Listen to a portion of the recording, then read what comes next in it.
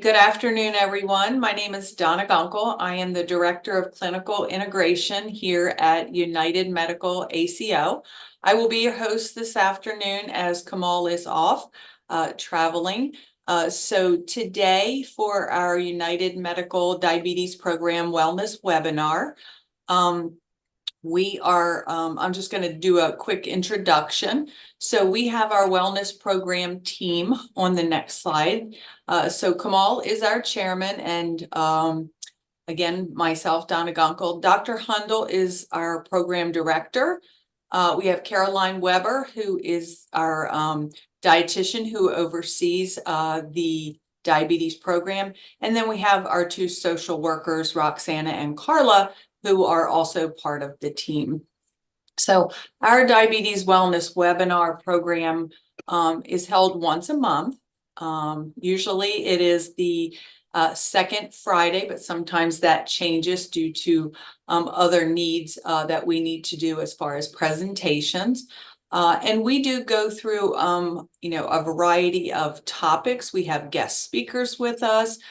Typically, we have a provider and or another specialist from one of the agencies that we deal with, like someone who talks about the continuous glucose monitoring, etc. But we typically, in the course of a year, go through many topics related to endocrinology, cardiology, nephrology, podiatry. We do touch on the social work, mental health aspect, physical therapy, and many more.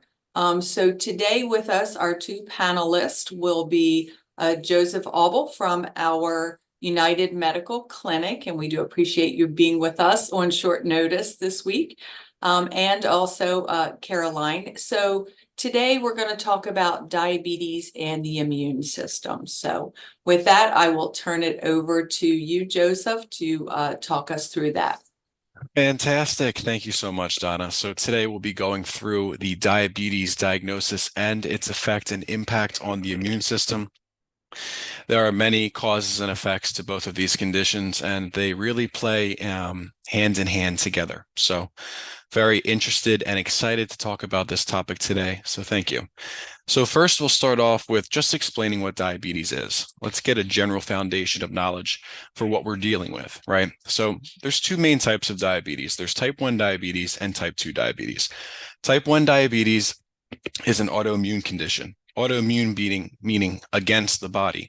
So our immune systems are attacking our pancreas, specifically called the beta cells in the pancreas that form our insulin. So what is insulin? Insulin is a hormone released by the pancreas that helps the cells intake sugar. And so what happens is, since there's no insulin in type 1 diabetes, we see it depicted here on the left side, the glucose is free flowing throughout the vasculature and doesn't get absorbed by this tissue unless we give subcutaneous insulin. Now, that's a problem, okay? And we're going to talk about why it's a problem as it's related to the immune system today. The second type of diabetes is type 2 diabetes. This is more weight dependent.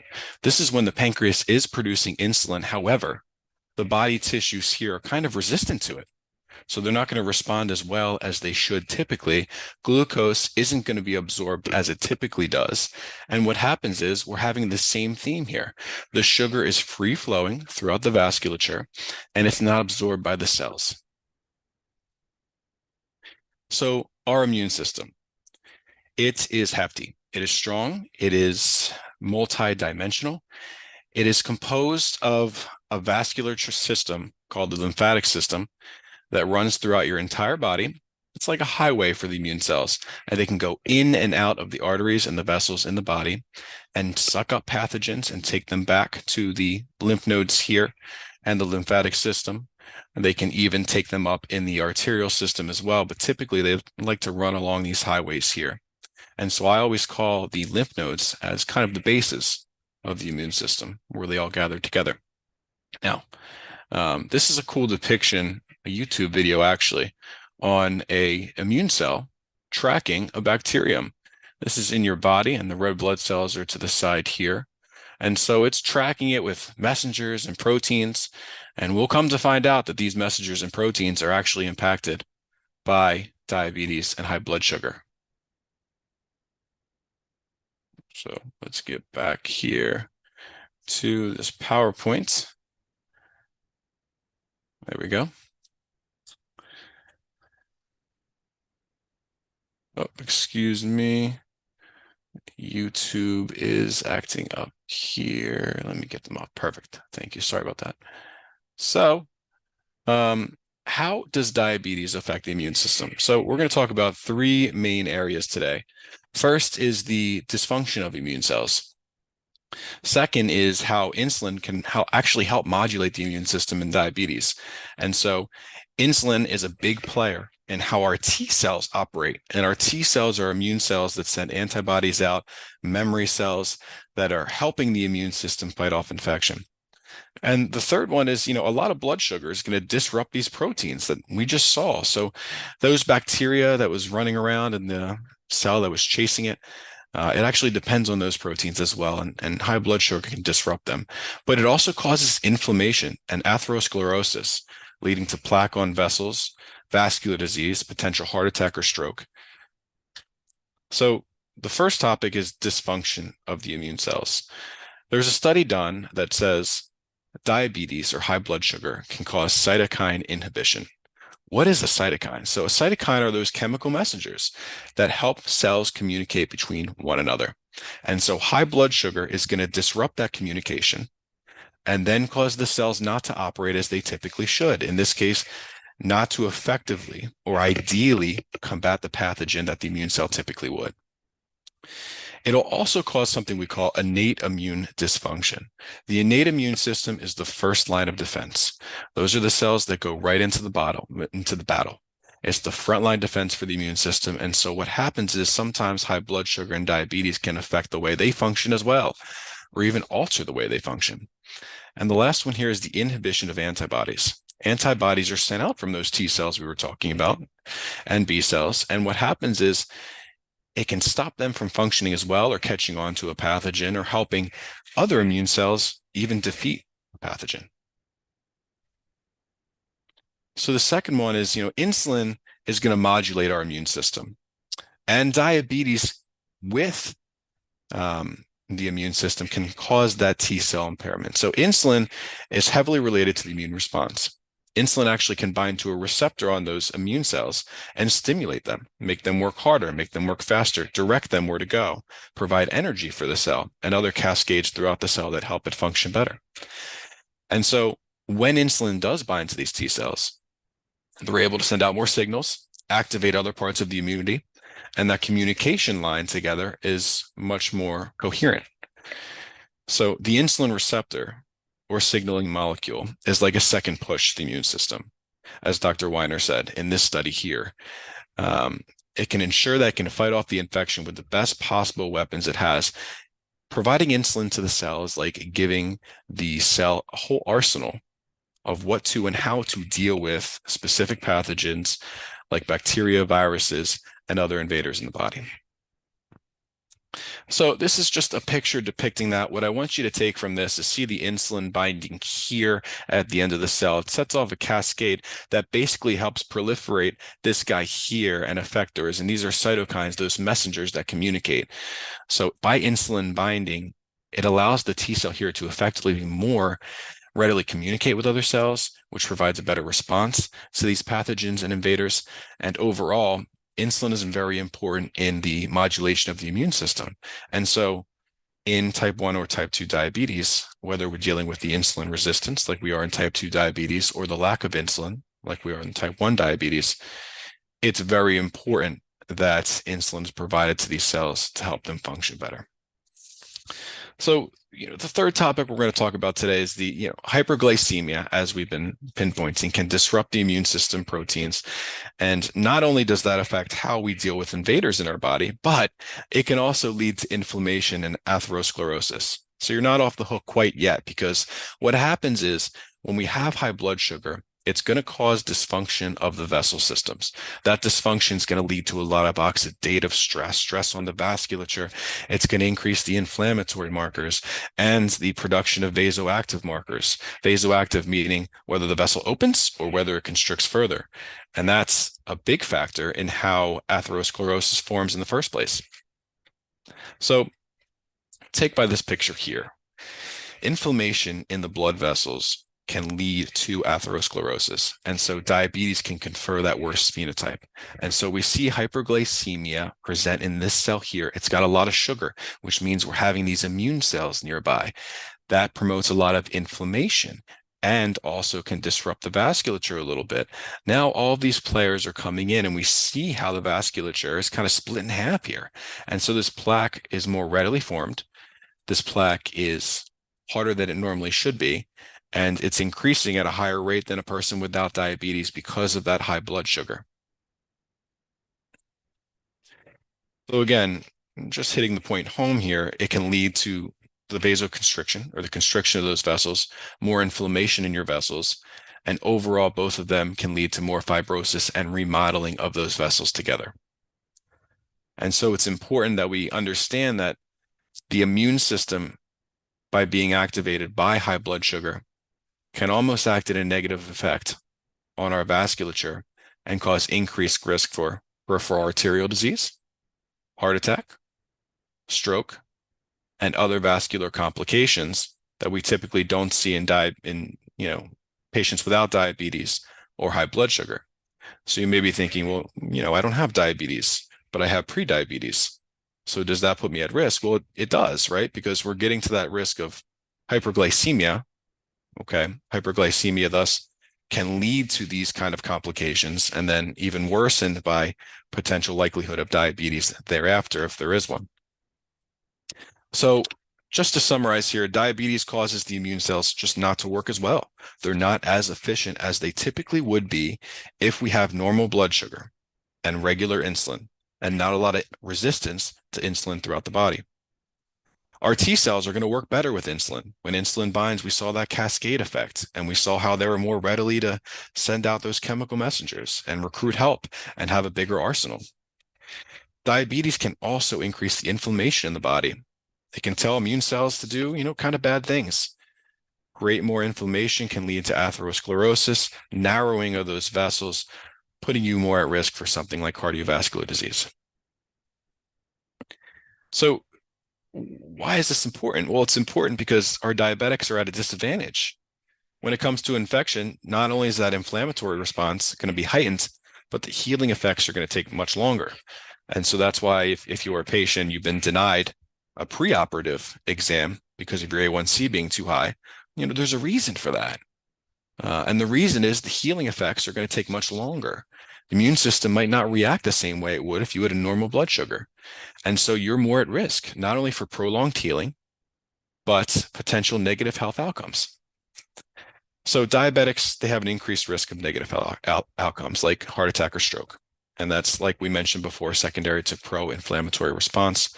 And like we mentioned, diabetes can blunt the response of both immune systems. There's two aspects: the innate immune system, which is that first line of defense, and the acquired, which is our T and B cells, the ones that secrete antibodies and are responsible for memory of certain pathogens, and including viruses and bacteria.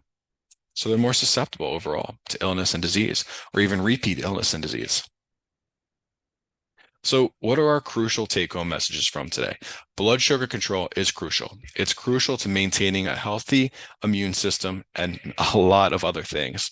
But in this case, just making sure our immune system is working properly to help you fend off disease and prevent you from getting disease as well. So you want to set a goal with your primary care practitioner or endocrinologist if you meet with them, if your hemoglobin A1C is elevated. Even if it's not elevated and you're showing pre-diabetic levels or levels that have high blood glucose over 100 fasting, you want to talk to your provider about different diet, exercise strategies, possibly medication management that we can do to help, okay? And you want to seek annual screenings for these fasting glucoses and hemoglobin A1Cs. And, we can also take something away as providers. We got to understand that diabetics, our diabetic patients, are not only more susceptible to disease, but susceptible to severe disease given the inflammation and inadequate functioning of the immune system with hyperglycemia. And so it's important to help the patient reach those goals of below 7, below 6.5 for hemoglobin A1C. The last one, which is, one of the most important one, is eating healthy and exercise can help prevent diabetes and hyperglycemia. I say it all the time, exercise is, the best form of medicine. It helps cure almost everything. And so these two things are crucial in preventing high blood sugar and thus maintaining a very healthy immune system overall. And those are my messages, and these are my references for today. I thank you all for your time. And if you have any questions, please reach out to me. With that, I'll be bridging the discussion over to Caroline here. Awesome, thank you. Before we start into Caroline's, I just wanted to kind of comment on a couple of the things that you said, Joe. I think one of the probably like easiest messages, right, for the patients is don't wait until you don't feel good, right? You need to be taking actions, right? Seeing you, their healthcare provider, getting your A1C done, testing your glucose at home, if you should be doing that. Because I think one of the things that's kind of a message throughout any provider, right, or any specialty that we've had on our webinar series talks about the fact that sometimes because your blood sugar doesn't just go up and stay up overnight, right? It's a gradual thing that your body gets used to that feeling. And I know Dr. Hundle has mentioned that a few times that, you get used to going from an A1C, right, of like 6 to then 7 and 8 and 9 and 10 and 11. So you may not feel bad, but it is affecting your body, right? That's really the message we're trying to say is the effects that can have on your body without you really knowing about it. And you don't want to wait until you really know about it or you have one of those severe medical conditions, right, that you had mentioned about the inflammation and the cardiac problem. So I just kind of wanted to stress that a little bit or see if you had anything else that you wanted to add around that message. Most definitely. So not only is screening a big factor in this, but if you do have a high hemoglobin A1C, I want to reach out to you personally because what's happening is all of these things are kind of promoting an inadequate immune system and immune response. And so, maybe you don't consider it's important to get that A1C goal like your provider does, but it is important because it's not just high blood sugar. It's all the effects it has on the body, not only with the immune system, but promoting that plaque formation can lead to negative health outcomes later on in life. And so when your provider tells you, this is the goal I want to set for you, what can we do to help you better reach that goal? And what can you do to help you better reach that goal? Because it may not be a problem now. Like you said, Donna, you may be feeling fine and not have a problem because the body is great at adjusting. They're great at adjusting. So you may not feel anything now, but it's going to affect you possibly later on in life or your response to the everyday pathogens, bacteria, viruses. We see the uprising in COVID. We see the risk of developing severe COVID. Diabetes and uncontrolled glucose and sugar is part of that risk. And so it can make our patients more susceptible to having severe COVID or having severe infections that just take so much longer to heal. And even if you are healed, is your organ function, bodily function, 100% the same after that? And sometimes patients say no. And so it's just long-term health effects. It's imperative that we focus on trying to get below our A1C goal and trying to find ways to control our blood sugar overall. Yeah, very good points. We talk a lot about risk prevention in counseling and in our diabetes education appointments because we can prevent things from happening, right? We can catch it early if we're in pre-diabetes. We can prevent blood sugar from being elevated for too long by food and exercise choices, just like Joesph was talking about. So it is there is a happy side to this where we can work on risk prevention and keeping our immune systems healthy, keeping healing healthy. When a wound healing, especially, which we've talked about before, can come into play. So it can all be prevented, which is good to talk about too. Anybody else have anything to add before we dive into the nutrition portion? I don't. I think it was kind of a good segue into what you can do, how the dietitian can help you achieve those goals in addition to your provider. Yeah, dietitians play an important role, and I recommend every diabetic patient or a patient with high blood sugar in the past to talk to a dietitian, nutritionist to discuss better and healthier options. Sometimes patients don't realize what they're eating has a lot of sugar in it, okay? Or they may not be taking the right steps towards those changes. So, Caroline, I appreciate your work. It's very important. And also something that I encourage patients that are watching this with diabetes to reach out and try and get in contact with a dietitian or nutritionist. Absolutely. Even if you think you know all the things, I've had quite a few people this week tell me, I know what I'm supposed to do, I just don't do it. We're talking about goal setting next month. So join us for that next month where we talk about ways to goal set and get you to that next step for all of those health and behavior changes that we talk through too. Okay, so we're going to dive into the do's and don'ts of food, safe shopping, storage, and meal prep, kind of going hand in hand with talking about immune function and sickness. We're knee deep in holiday season right now, so this topic's even more relevant with leftovers, food storage, food preparations, because we know diabetes puts us at risk for developing foodborne illness. Because of the slowed gastric emptying, it causes that bacteria a greater chance to multiply, which could make you pretty sick. So we do want to take precautions with our food, and that's one way to help keep us healthy through the holiday season, because no one wants to be stuck down with a stomach bug. But we know that those high glucose levels do suppress the function of those white blood cells of trying to fight off infection. So we want to reduce risk as much as possible. So we're going to kind of walk through preventative measures so we don't have to catch any nasty bugs if we can prevent it. So we're going to walk through shopping, storage, prep tips to keep ourselves healthy and keeping our food safe this season and every season. So we're going to start where we normally start, where we get our food at the grocery store or wherever, farmer's market, wherever you would shop normally. We're going to go through some do's and don'ts. So we're going to walk through the grocery store, we're going to walk through storage, and then we're going to walk through kind of preparation. So first things first, when we're in the grocery store, we want to focus on the do's. What we want to make sure that we do. We want to keep our produce separate from meat, poultry, seafood, eggs in the shopping cart. This is due to cross-contamination. So a lot of the time, like, we don't want our packaging to be ripped or anything, but sometimes there can be some leakage from the packages, which could get onto some ready-to-eat foods, which could potentially contaminate your food. And if you're already immunocompromised, right, we don't want to have any of that bacteria get into your body.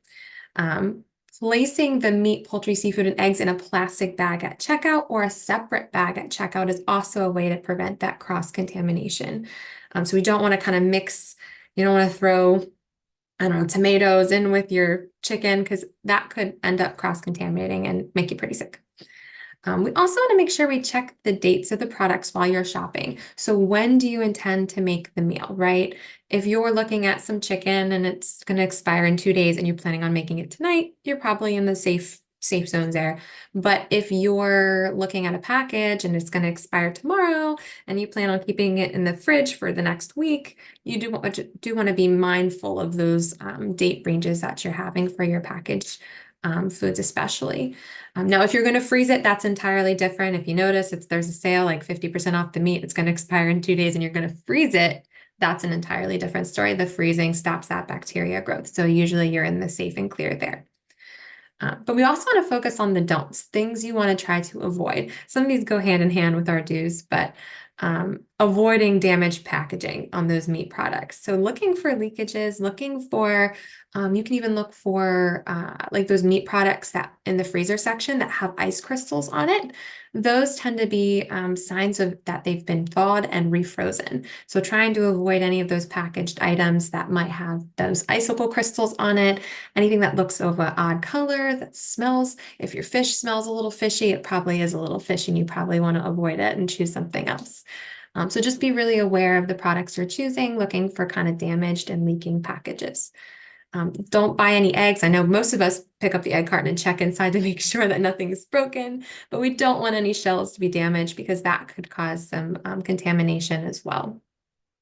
And then another thing is it's not only about meat products, right? We find it also in bulging canned foods, things like damaged and dented cans that might be leaking or look a little dirty. We do want to try to avoid buying those dented cans that could be contaminated with toxins, bacteria. We want to avoid that at all costs. So looking for pristine packaging, nothing's been opened, can help you prevent any kind of sickness as well. So our next is we have bought all of our groceries and now we are home and now it is time to store our food. So this can look different from home to home, but we want to make sure we do have some safe practices here and there. Especially keeping produce and other ready-to-eat food items still separate in the refrigerator. So they were separate in the grocery store.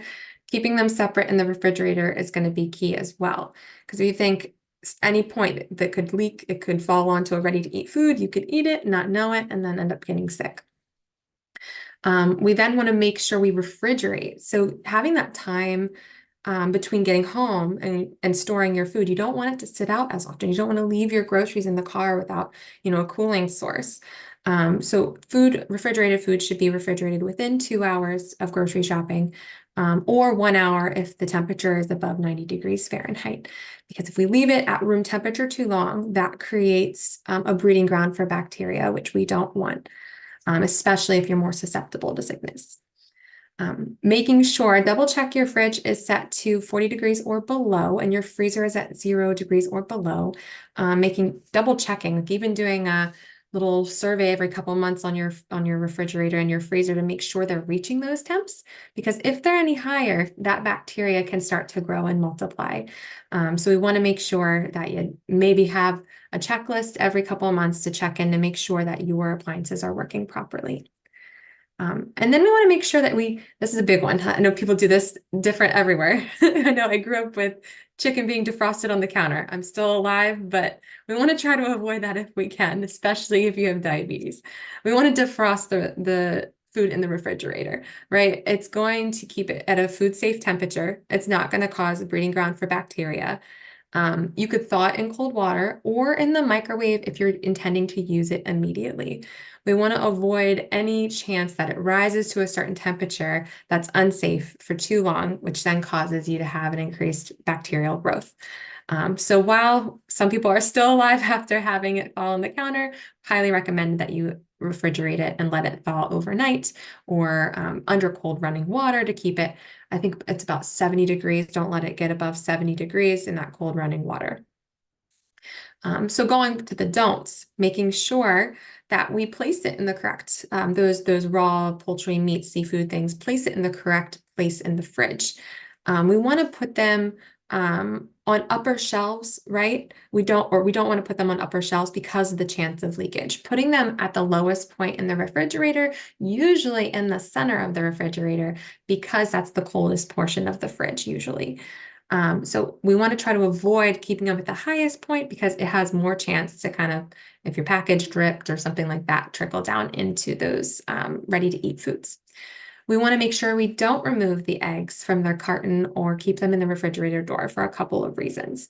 When you remove the eggs from the carton, you're missing out on the expiration date. I know sometimes it's a best by date usually, so the eggs can last a little bit longer than most other things past their best by date. So as long as they're kept at a food safe temperature, but there is more potential that they'll get cracked out of the container that they're originally purposed to be in. So we usually advise keeping your eggs in the container that they come in.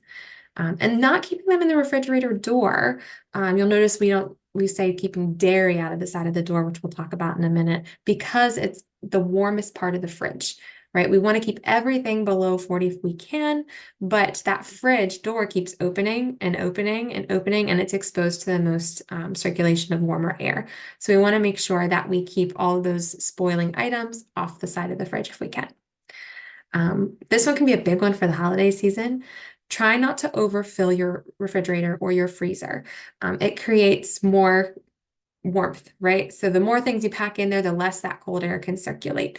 So not overfilling it. If you have a second fridge, spread them out. If you have a cooler and you just need it to stay cool for 2 hours, put some other things in the cooler that might, like some juices and things that might not spoil as quickly. Put them in and leave some room for those foods we want to keep safe for eating. And then I already covered, don't put your meat on the counter. We don't want anybody getting sick from that. So this is just a quick look at how to store food items safely in the refrigerator. So we've got kind of an order, and a similar order is used. So if you were to go to any kind of restaurant, right, or any kind of food facility, right, they would have a similar guide on how to store your food in the refrigerator to prevent foodborne illness. So up on the top, we can see there's processed meats, smoked meats, sausages, dairy products, and cheese, right? Those are all ready to eat foods, right? They're not going to cause much contamination. Keeping them at the highest point in the fridge is going to be perfectly safe. Next, we have our top shelf, which is our ready to eat items, yogurt, sauces, drinks, jams. You can eat them anytime. But then below, you've got your meat, fish, and poultry, the coldest part of the fridge. We want to keep that separate from everything else, prevent any kind of drip down from damaged packaging or anything. But as you can see, the fruit is actually below, right? So that might be confusing because the fruit is below that meat area. And this is because this is in a separate place in the fridge. So there's actually that pull-out drawer that has a separate compartment. So there's an extra form of protection there where it won't kind of drip right down.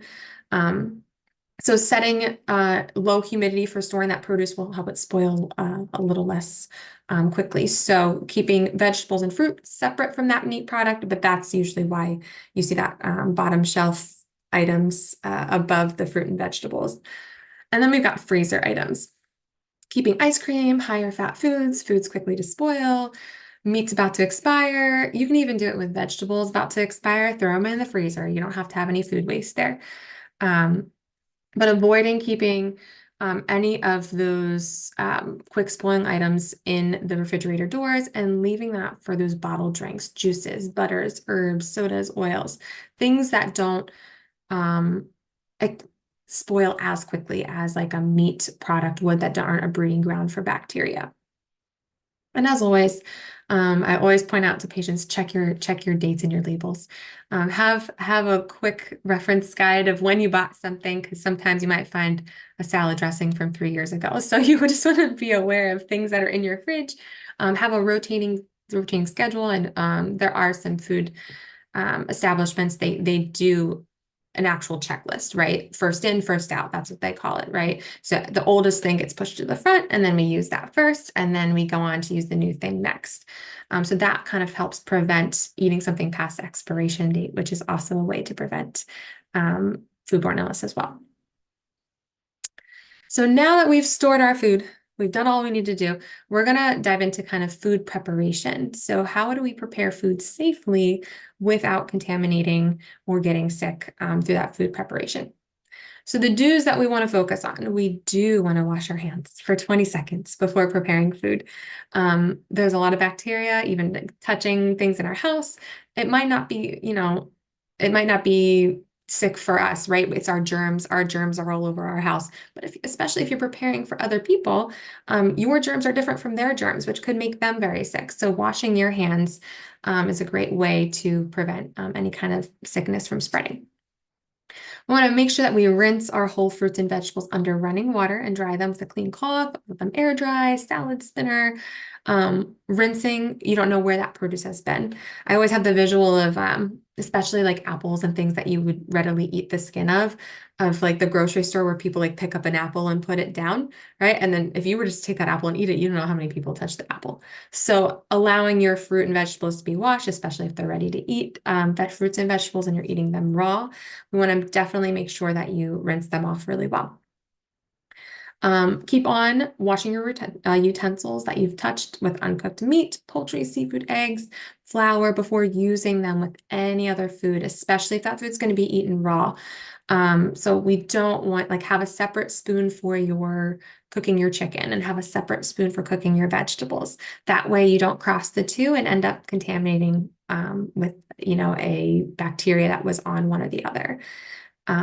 Especially with clean cooking surfaces, use that hot soapy water after every use. There are designated cooking cutting boards in restaurants, right? And sometimes I like to have my cutting boards color coded so I know which one goes with raw meat or vegetables. That can help prevent cross-contamination. If you're using 2 separate utensils in total, you have less likely of a chance to cross-contaminate. Keeping meat, poultry, and seafood warm, 140 degrees or above between cooking and serving. So in a little bit, we'll talk about, how to temp our meat, but leaving food sitting out, right? We want to make sure it's heated. So, right, if you have a crock pot heater or anything like that at the holidays, making sure that it stays at that 140 degrees. And usually after 2 hours, we would throw it out because we don't want any that after 2 hours, it kind of has that breeding ground for bacteria to kind of increase. And then cooking your meat and poultry, which we'll get into in a minute, but we want to make sure we have a safe internal temperature.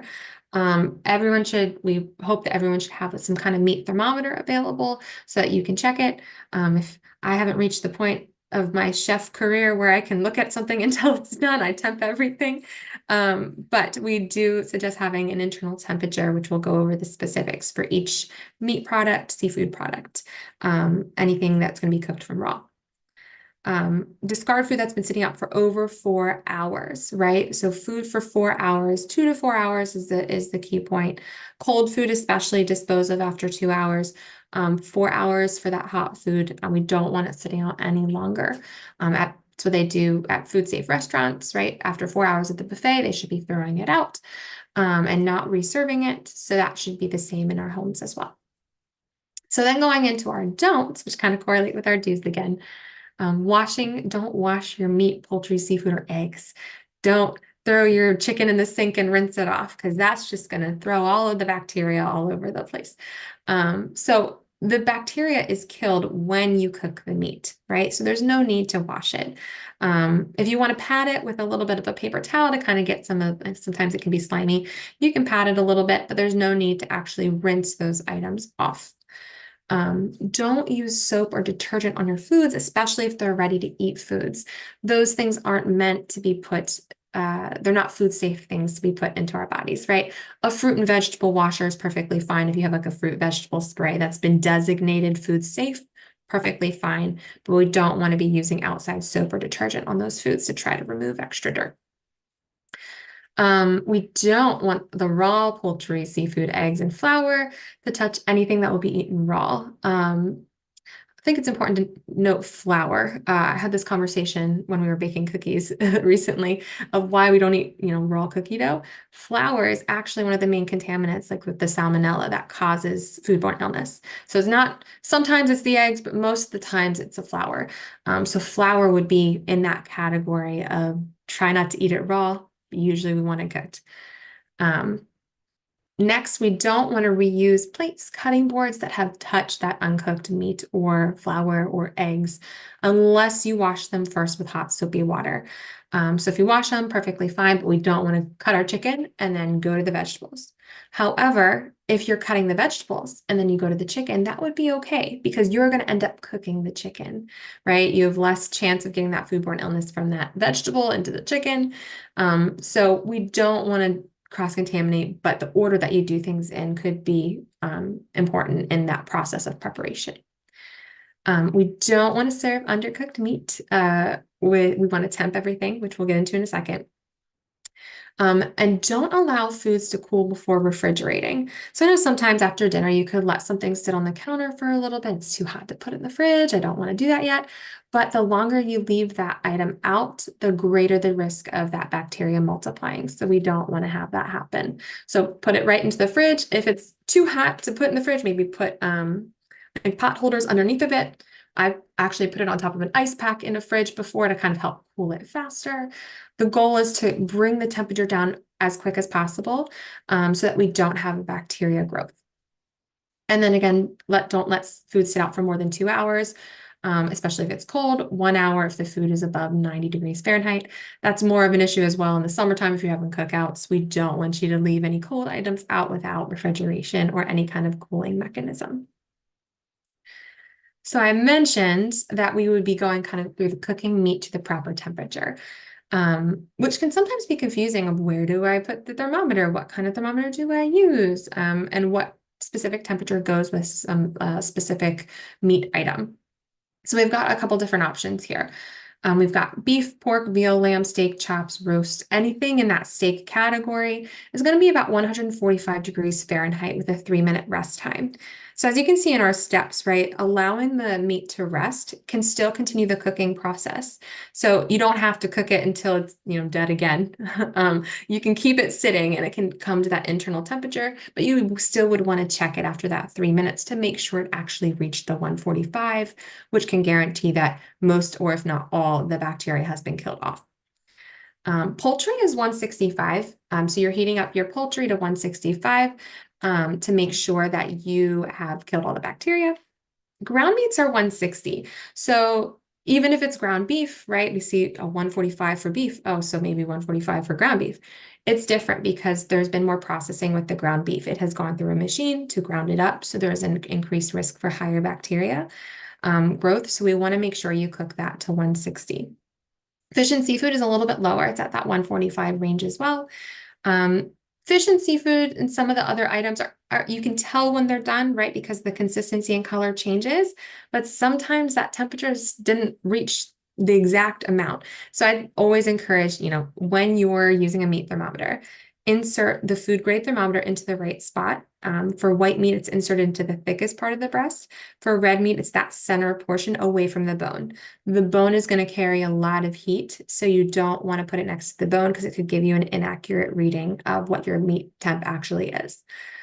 Get it to the right depth. I know a lot of, especially the ones that have like the long little steel stick, have like a little groove, like a 1/4 to a 1/2 inch. You'll insert it past that groove. So a 1/4 to a 1/2 inch, depending on the type of thermometer. There are tons of thermometers out there that you could use. I'm just referencing the one that has like your average food thermometer with the little display screen and the little stick attached. And then we already said, don't wait until the food hits temperature. Carryover heat is a way to allow it to continue cooking, especially with those steak items or those full cuts of meat. And it can prevent the drying out. So you still kind of keep those juices in the meat to not compromise on taste. So just some food safety reminders. Clean. We want to clean and wash utensils, surfaces often. Germs can spread and survive in many places. So especially if we're immunocompromised or we have diabetes and our blood sugar is high and we're more susceptible to foodborne illness, we want to make sure that we clean as much as we can, keep things soapy, hot water, sanitizer if you need to, but usually hot soapy water is enough. Wash your hands regularly. Separate. So in all instances, we saw, from the grocery store to the fridge to the preparation, there was separation between the raw meat and the ready to cooked food. This prevents any germ cross-contamination of spreading. So keeping them as separate as possible. And then cooking. Food is safely cooked only when that internal temperature is high enough to kill the germs that can make you sick. So as often as you can, check that temperature. Even if it looks done, it takes maybe a minute or two to hold it in there. Check to make sure you've reached that internal temperature just to limit your risk. And chill. So refrigerate perishable foods within 2 hours if the food is exposed to temperatures over 90 degrees, like at a hot car, in a picnic, or something like that. Refrigerate within 1 hour to prevent the spread of bacteria. And that is just our overview of kind of food safety. Kind of circling back, we want to make sure we can prevent as much illness as we possibly can, since we know we're at risk with diabetes. But this goes for everybody. Someone with an older age is more susceptible to foodborne illness, or of a younger age. So it applies to everyone, but we just want to make sure, especially through the holiday season, that we cover all our bases in safe food prep, storage, and shopping. Any questions? Thank you, Caroline.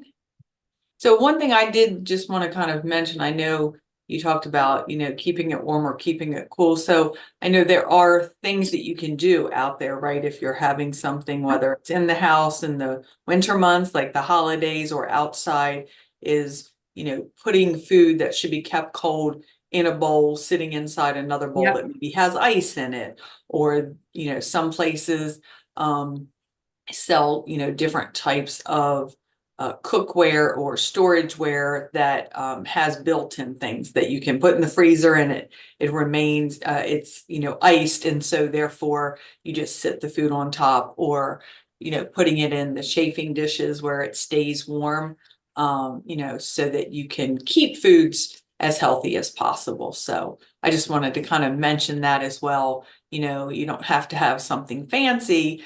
You can just put one bowl inside of a bigger bowl with, ice in there or something of that nature, especially if you're serving things that might have, mayonnaise or, Yeah. anything that, like you said, does need to stay, cool. And, if you're hosting something, you kind of lose track of time, right? As you're trying to, talk to your guest, or be a good hostess or host. So having those things set up ahead of time can also be helpful and keep everyone safe. So I don't have anything else. Do either of you have any closing comments for today? I just thought it was interesting how simple it is for contamination to spread and happen. Well, so easy. So easy. And I mean, I don't know why, but I always washed my poultry before. And I think it was because you mentioned the slimy feel Yeah. just didn't sit right with me. But I mean, there's so many things you can do to mitigate that risk. And it was interesting for sure. Thank you. Yeah, and everybody don't fear going to restaurants. Everyone has to be serve safe certified in a restaurant, right? I've gone through that training myself, when it makes you think about a lot of things. So you're much more aware of your surroundings.